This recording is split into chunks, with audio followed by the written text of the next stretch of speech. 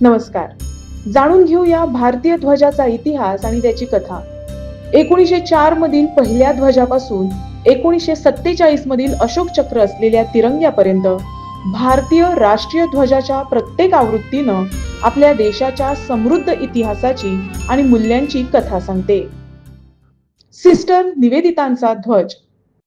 भारतीय राष्ट्रीय ध्वज हे फक्त रंगांचा किंवा चिन्हांचा समूह नाही, तर स्वातंत्र्य, एकात्मता, प्रगती आणि देशभक्तीचे प्रतीक आहे. 1904 मध्ये तयार झालेला पहिला राष्ट्रीय ध्वज भारतीय स्वातंत्र्य चळवळीच्या आधीचा प्रयत्न होता, ज्यामध्ये देशभक्तीची ज्वाला आणि स्वराज्याची भावना दिसून येते. भारतीय राष्ट्रीय ध्वजाच्या इतिहासात सिस्टर निवेदिता यांचे योगदान अत्यंत महत्वाचे मानले जाते. स्वामी विवेकानंदांच्या आयरिश शिष्या असलेल्या सिस्टर निवेदितांनी 1904 ते 1906 या कालावधीत भारताचा पहिला ध्वज तयार केला. हा ध्वज इतिहासात सिस्टर निवेदितांचा ध्वज म्हणून ओळखला जातो. त्या ध्वजामध्ये लाल आणि पिवळ्या रंगांचे पट्टे होते, जे त्याग, साहस आणि ज्ञानाचं प्रतीक मानले जातात. ध्वजाच्या मध्यभागी पांढरे कमळ आणि वज्र हे चिन्ह होते.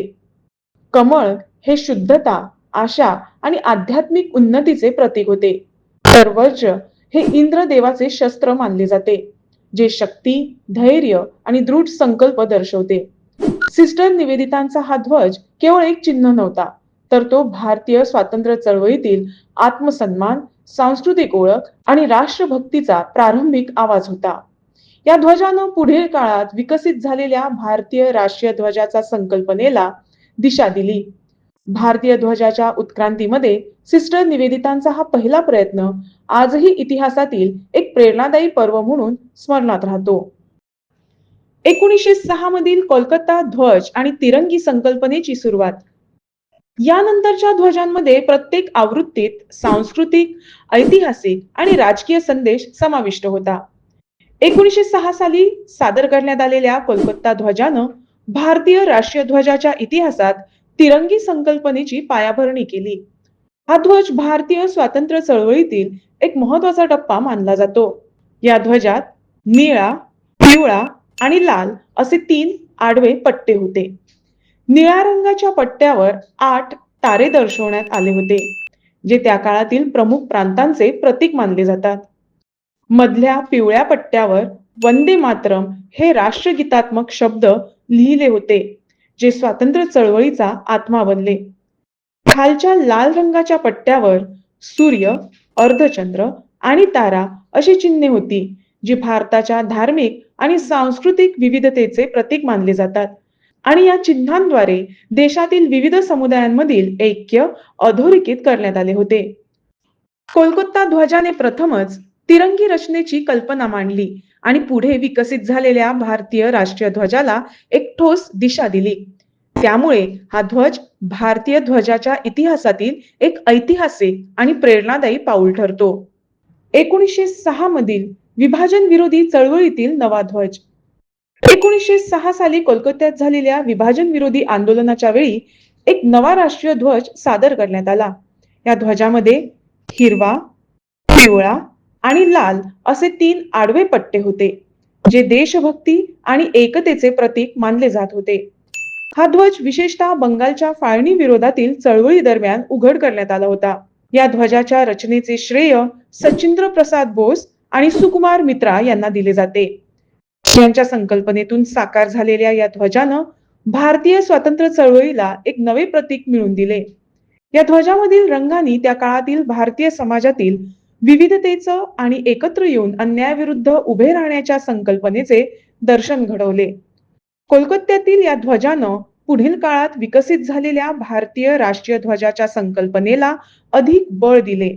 हा ध्वज भारतीय ध्वजाच्या इतिहासातील एक महत्वाचा आणि प्रेरणादायी टप्पा म्हणून आजही स्मरणात आहे. 1907 मधील जर्मनी येथे फडकलेला पहिला भारतीय ध्वज. भारतीय राष्ट्रीय ध्वजाच्या इतिहासातील एक महत्वाचा टप्पा म्हणजे 22 ऑगस्ट 1907 रोजी जर्मनीतील स्टुटगार्ट शहरात सादर करण्यात आलेला ध्वज.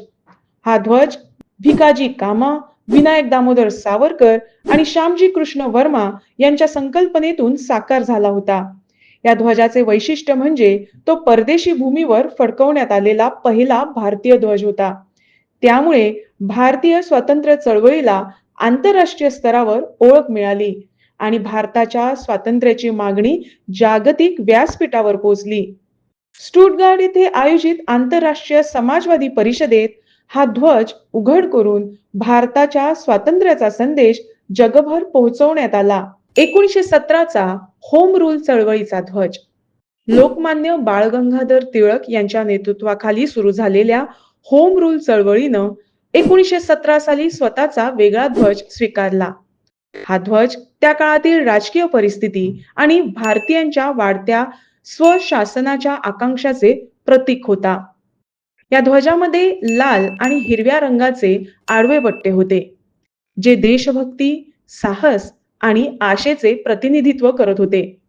ध्वजाच्या वरच्या डाव्या कोपऱ्यात ब्रिटिश युनियन जॅक दर्शवण्यात आला होता, ज्यातून ब्रिटिश साम्राज्याच्या चौकटीत राहून अधिक स्वशासनाची मागणी करण्यात आली होती.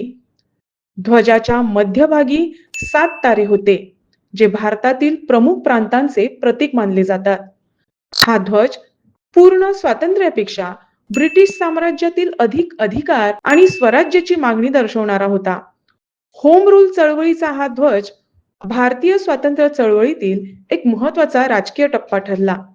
1921 मधील गांधीजींच्या चरख्याचा तिरंगी ध्वज. 1921 साली महात्मा गांधींनी भारतीय राष्ट्रीय ध्वजासाठी एक नवी तिरंगी संकल्पना मांडली. या ध्वजाच्या मध्यभागी चरखा ठेवण्यात आला होता, जो स्वावलंबन, स्वदेशी आणि आत्मनिर्भरतेचे प्रतीक मानला जात होता. या ध्वजात वापरण्यात आलेले रंग भारतातील प्रमुख धर्मांचे प्रतिनिधित्व करत होते आणि देशातील विविध समुदायांमध्ये ऐक्य आणि सलोखा निर्माण करण्याचा संदेश देत होते. मात्र या ध्वजाबाबत विविध विचारधारा आणि संघटनांमध्ये एकमत होण्यासाठी आणखीन चर्चा आणि बदल आवश्यक ठरले. त्यामुळे गांधीजींच्या मूळ संकल्पनेत पुढील काळात काही सुधारणा करण्यात आल्या. तरीही चरख्याचा तिरंगी ध्वज भारतीय राष्ट्रीय ध्वजाच्या उत्क्रांतीतील एक महत्वाचा आणि मार्गदर्शक टप्पा ठरला, ज्यानं पुढील काळातील अंतिम तिरंग्याच्या रचनेला दिशा दिली. 1923 मधील स्वराज ध्वज. 1923 साली स्वीकारण्यात आलेल्या स्वराज ध्वजानं आधीच्या ध्वजाच्या रचनेची जागा घेतली.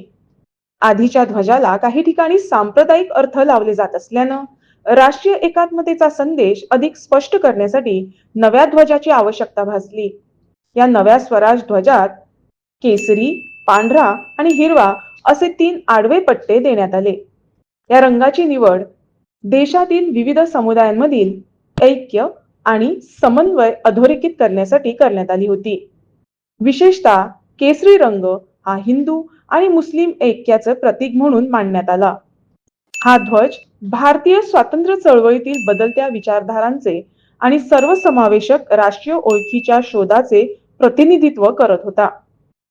स्वराज ध्वजानं भारताच्या राष्ट्रीय ध्वजाच्या अंतिम स्वरूपाकडे जाणाऱ्या प्रवासात एक महत्वाचा टप्पा गाठला. 1947 स्वातंत्र्यानंतर तिरंग्याला अंतिम स्वरूप. 1947 मध्ये भारताला स्वातंत्र्य मिळाल्यानंतर राष्ट्रीय ध्वजाला अधिकृत आणि सर्वसमावेशक स्वरूप देण्यासाठी एक समिती स्थापन करण्यात आली. या समितीचे नेतृत्व डॉक्टर राजेंद्र प्रसाद करत होते. समितीसमोर असलेल्या स्वराज ध्वजाच्या रचनेत एक महत्वाचा बदल करण्याचा निर्णय घेण्यात आला. या बदलाअंतर्गत ध्वजाच्या मध्यभागी असलेला चरखा काढून टाकण्यात आला आणि त्याऐवजी अशोक चक्रचा समावेश करण्यात आला. निळ्या रंगातील अशोक चक्र हे सम्राट अशोकाच्या सिंहस्तंभावरील धम्मचक्रावर आधारित असून ते कायदा, गतिशीलता आणि प्रगतीचे प्रतीक मानले जाते. या बदलानंतर तयार झालेला ध्वज म्हणजे आजचा भारतीय राष्ट्रीय ध्वज तिरंगा. केसरी, पांढरा आणि हिरवा रंग तसेच मध्यभागी निळे अशोक चक्र असलेला हा ध्वज स्वातंत्र्य, एकता, शांती आणि विकासाचे प्रतीक आहे.